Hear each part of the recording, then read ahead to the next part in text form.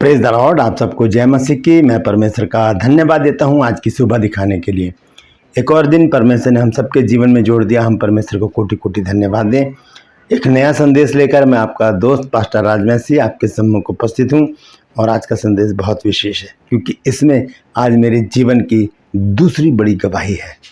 बहुत बड़ी गवाही है ये। और ये वचन इसलिए मैं शेयर कर रहा हूं क्योंकि ये वचन मेरे जीवन का एक हिस्सा है। क्योंकि जब ये घटना मेरे साथ घटी तब मैंने एक बात को जान लिया था जो मैं आज आपके साथ शेयर करना चाहता हूँ। आप बने रहिएगा मेरे साथ। बहुत ही महत्वपूर्ण बात है ये कि किस प्रकार से परमेश्वर ने मेरे जीवन में इतना बड़ा काम किया जिसे मैं ज़िंदगी में कभी नहीं भूल सकता। और उसका एक ही कारण है और वो कारण है गलातियों 3 अध्याय और उसका 27 पद है, जहाँ पर लिखा है कि तुम में से जितनों ने मसीह में बपतिस्मा लिया उन्होंने मसीह को पहन लिया है। दोस्तों, क्या आपने मसीह को पहना है? मैंने मसीह को पहना था। इसलिए एक बड़ी घटना मेरे साथ घटी और उस घटना से किस तरह से प्रभु ने मुझे बचाया और क्यों बचाया, ये सारी बातें मैं आज आपके साथ रखूँगा। कोशिश करूँगा छोटे से छोटा वीडियो बनाने की ताकि जल्दी से सारी बातें समझ में आ जाए। Praise the Lord. True pulse में आज का सवाल है कि स्वर्ग में किस बात का आनंद मनाया जाता है? आज भी, अभी भी किस बात का आनंद मनाया जाता है? अगर जानते हैं तो कमेंट्स में लिख दीजिए, नहीं तो डिस्क्रिप्शन में आपको इस सवाल का जवाब मिल जाएगा। मेरे साथ मेरी मुहिम में शामिल हो जाइए कि जिद है सच को फैलाने की। ये नंबर बहन रेखा का है। ये हमारे प्रेयर सेंटर की हेड है और इनको आप कॉल कीजिए, ये आपके लिए प्रार्थना करेंगी। परमेश्वर बहुत बड़े बड़े काम यहाँ पर कर रहे हैं। बहुत सारी गवाही उन्होंने मुझे भेजी हैं जिसके लिए मैं अलग से एक वीडियो बनाकर आपके सम्मुख लेकर आऊँगा। Praise the Lord. और मैं दिल्ली में रहता हूँ और अगर आप भी दिल्ली में हैं और आप चर्च नहीं जाते हैं या कोई ऐसा चर्च ढूंढ रहे हैं जो बाइबल आधारित हो तो आप मुझसे संपर्क कीजिए। मैं आपसे वायदा करता हूँ कि मैं आपको ऐसे ही किसी चर्च में पहुँचाऊँगा जो बाइबल आधारित हो, जहाँ पर सच्चाई का प्रचार होता हो। Praise the Lord. आइए एक छोटी सी प्रार्थना करके आज के वचन को शुरू करेंगे। प्रभु जी, मैं धन्यवाद देता हूँ आज की सुबह दिखाने के लिए और विनती करता हूँ प्रभु जी आज का वचन को शेयर करने में मेरी मदद सहायता कर। मेरे होठों को, मेरे दिल दिमाग को छूकर ब्लेस कर। मेरी आत्मा और मेरा शरीर तेरे ही कब्जे में रहे ताकि बोलने वाला मनुष्य ही में की तरह आत्मा हो। जितने भी लोग इस वचन को देख रहे हैं, सुन रहे हैं, उन सब पर मैं तेरी आशीष बोलता हूँ। हर एक को आशीषित कर। हर एक की रोग, बीमारी, चिंता, परेशानी को अपने सामर्थ्य नाम के द्वारा दूर कर दे।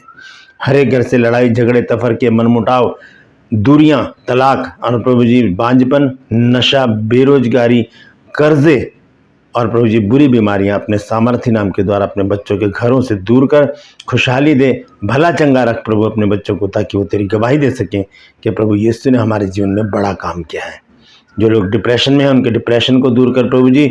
और जिन घरों से लोग कहीं चले गए हैं और वापस नहीं आए हैं उन्हें वापस लेकर आ प्रभु ताकि वो तेरी महिमा कर सकें। धन्यवाद देता हूँ प्रभु, तूने मेरी प्रार्थना को सुन लिया। प्रभु यीशु के नाम से मांगता हूँ, आमीन। Praise the Lord. तो आइए आज के संदेश को शुरू करेंगे, लेकिन ये संदेश तो है ही, मेरी बहुत बड़ी गवाही है। बात है 2017 की, जब मैं महाराष्ट्र में एक बाइबल स्कूल में पढ़ाने के लिए जा रहा था। मई का महीना था और गर्मी बहुत थी। मैं ट्रेन से जा रहा था उस टाइम और 15 दिन की मेरी क्लासेस थी। तो जब मैं जा रहा था, मैं ट्रेन में बैठा था, तो जब बड़ौदा आया,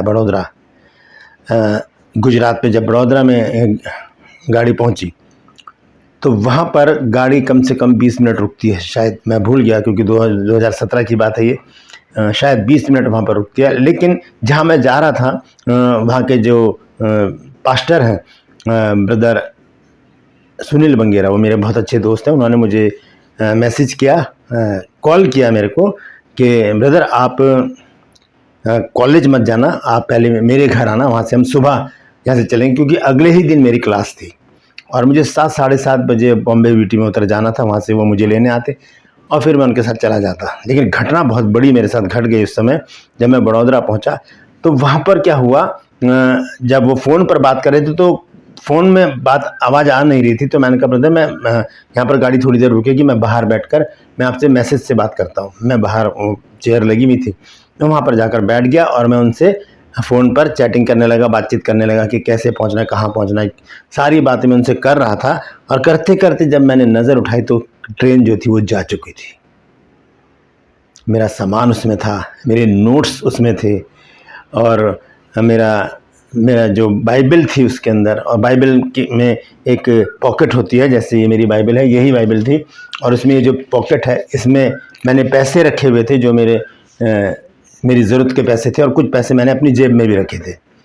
तो क्या हुआ, मैं वहाँ बैठे बैठे बात कर रहा था, मेरा ध्यान मोबाइल पे था, लेकिन क्या हुआ, ट्रेन वहाँ से निकल गई। मेरा सारा सामान उसमें था, कपड़े थे और मेरे जूते थे उसमें, मेरा एक और फ़ोन उसमें भी था, और पैसे थे, नोट्स थे मेरे जो मैं पढ़ाने जा रहा था, क्योंकि 15 दिन की क्लासेस थी, तो वहाँ पर मुझे 3 नोट्स लेकर जाना था, तीन सब्जेक्ट थे मेरे वहाँ पर पढ़ाने के, और उसमें मेरे पास पैसे थे। ये सारा सामान उस ट्रेन में चला गया। मैं बहुत परेशान हो गया, रात के 11 बज रहे थे, और मैं बहुत परेशान हो गया। सबसे पहले मैंने अपनी वाइफ को फ़ोन करा, मैंने कहा ऐसी ऐसी बात है, मेरी जो ट्रेन है वो निकल गई और सारा सामान उसमें चला गया, तुम तुरंत प्रार्थना में बैठो। मेरी वाइफ उसी टाइम प्रार्थना में बैठी। फिर मैंने भाई सुनील बंगेरा को फ़ोन करके कहा, भाई ऐसी ऐसी बात हो गई है और ट्रेन जो है वो निकल गई और मेरा सामान उसमें चला गया, मैं बहुत प्रॉब्लम में हूँ। तो उन्होंने कहा, ब्रदर मैं कोशिश करता हूँ, और कोशिश करूँगा कि मैं वहाँ तक पहुँचूँ जहाँ पर ट्रेन पहुँचेगी, लेकिन मैं बहुत दूर हूँ वहाँ से, मैं सही समय पर नहीं पहुँच पाऊँगा, चाहे मैं कितनी भी कोशिश कर लूँ। क्योंकि वो कह रहे थे चाहे मैं अपनी गाड़ी से जाऊँ, चाहे मैं ट्रेन से जाऊँ, कैसे भी जाऊँ, मैं किसी भी तरह से वहाँ नहीं पहुँच पाऊँगा। लेकिन फिर भी आप एक काम कीजिए, उन्होंने 2 नंबर बताया मेरे को, 139 और एक नंबर और था जो रेलवे का था, जिनसे मैं बातचीत कर सकता था। मैंने भी फ़ोन किया तो कोई फ़ोन उठा ही नहीं रहा था। और उसके बाद क्या हुआ, मैं वहाँ पर खड़ा रहा बहुत देर तक, तो वहाँ पर पुलिस वाले बहुत सारे बैठे थे। तो मैंने कहा कि मेरा जो ट्रेन है वो चली गई और उसमें मेरा सामान था। तो कहेंगे आप कहाँ पर थे?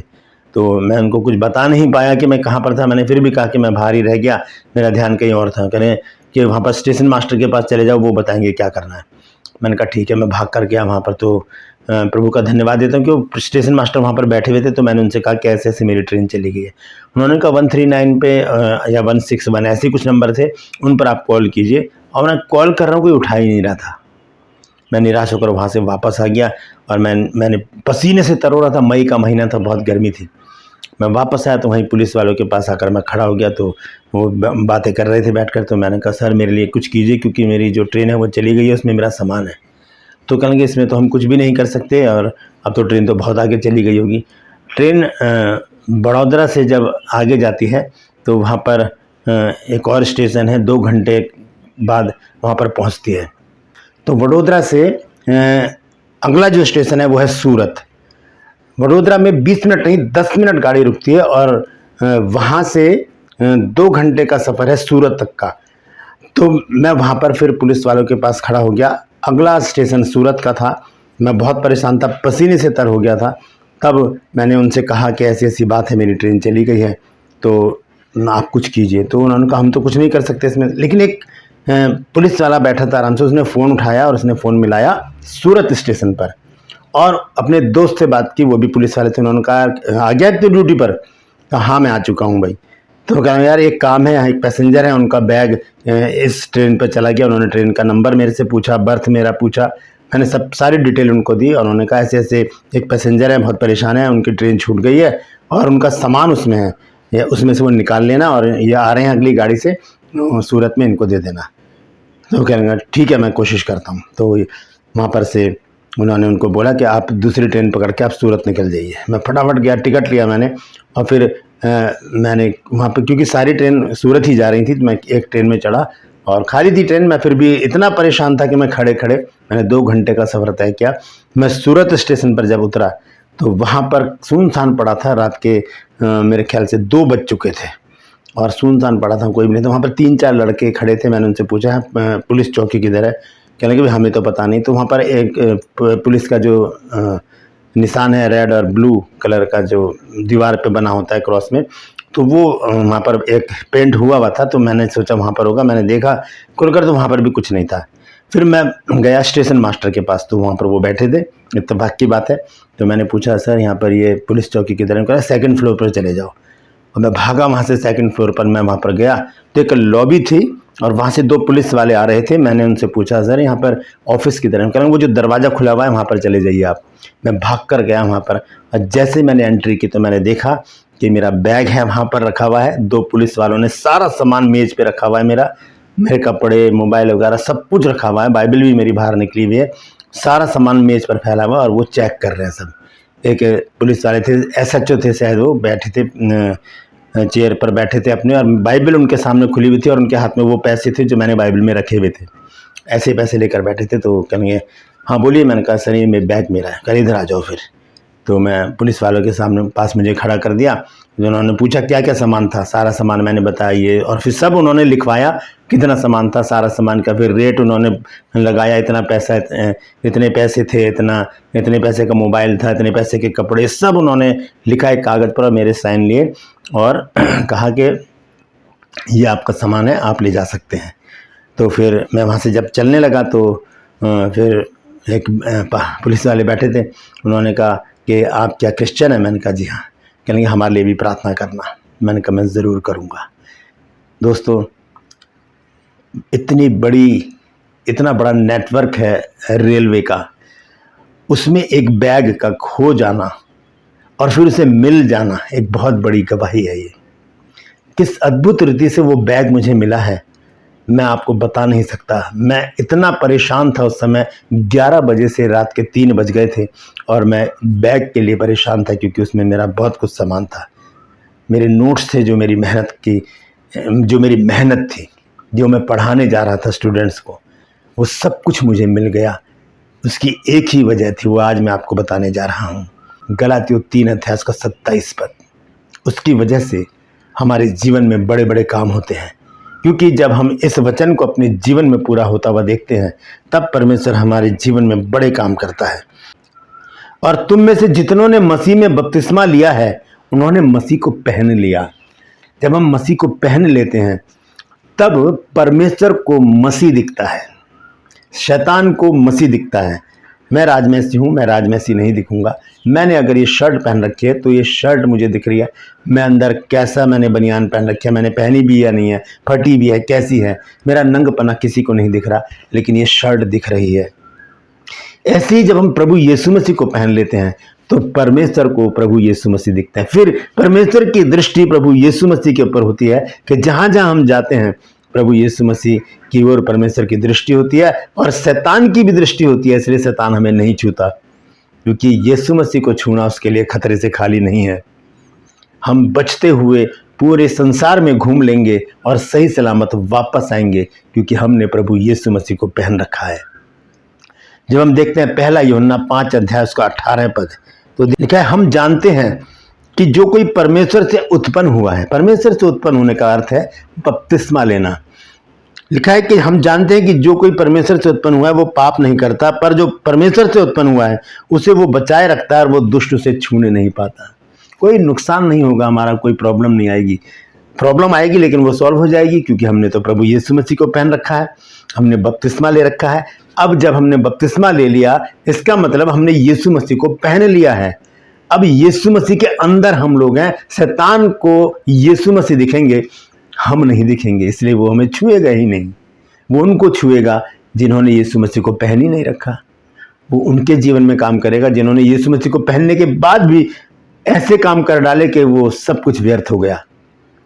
दोस्तों मैंने यीशु मसीह को पहन रखा था, इसीलिए परमेश्वर की दृष्टि मुझ पर थी। मेरी वाइफ मेरे लिए प्रार्थना कर रही थी, मेरा दोस्त मेरे लिए प्रार्थना कर रहा था, मैं खुद प्रार्थना में था कि प्रभु ये प्रॉब्लम है मेरे साथ, इसमें से मुझे बाहर निकाल। और ये बहुत बड़ा आश्चर्यक्रम मेरे जीवन में हुआ। मैं 11 बजे से परेशान था, रात को 2:30 बजे मुझे मेरा बैग मिला। बड़ौदा में खोया था, सूरत में जाकर मिला। 2 घंटे का सफ़र मैंने खड़े खड़े तय किया। ये बहुत बड़ी गवाही है मेरे जीवन की, और उसमें से एक भी सामान मेरा गायब नहीं हुआ। एज इट इज़ सारा सामान मुझे मिला। मेरे पैसे मुझे मिले, मेरे नोट्स मुझे मिले, मेरी बाइबल मुझे मिली, मेरे कपड़े, मेरे जूते और मेरा मोबाइल फ़ोन जो उसमें था वो सब मुझको मिल गया, सब मुझे मिल गया। क्यों? क्योंकि मैंने प्रभु यीशु मसीह को पहन रखा था। मैंने बपतिस्मा ले रखा था, इसीलिए परमेश्वर की दृष्टि भी मुझ पर बनी रही। मेरी गलती थी, मेरी गलती की वजह से वो बैग खोया था, लेकिन परमेश्वर ने उस गलती को भुलाकर मुझे वो बैग मुझे वापस दिलाया, क्योंकि वो गलती अनजाने में हुई थी। 10 मिनट के लिए ट्रेन रुकती है, मैंने सोचा पता नहीं कितनी देर के लिए रुकेगी, मुझे पता नहीं था, लेकिन 10 मिनट कब गुजर गए मुझे पता नहीं चला और ट्रेन निकल गई। लेकिन परमेश्वर मेरे साथ था, मैंने यीशु मसीह को पहन रखा था, परमेश्वर की दृष्टि मुझ पर थी और परमेश्वर ने वो बैग मुझे दिलाया। दोस्तों, जब हम यीशु मसीह को पहन लेते हैं, हम कहीं पर भी चले जाएं, कहीं पर भी खड़े हो जाएं, हमारे काम बनते चले जाएंगे। थोड़ी सी प्रॉब्लम ज़रूर आएगी, लेकिन परमेश्वर उसमें से भी हमें बाहर निकाल लेगा, क्योंकि परमेश्वर की दृष्टि अपने पुत्र पर रहती है जिसे हमने पहन रखा है। लेकिन उसके साथ एक शर्त भी है, वो शर्त हमें पूरी करनी होगी।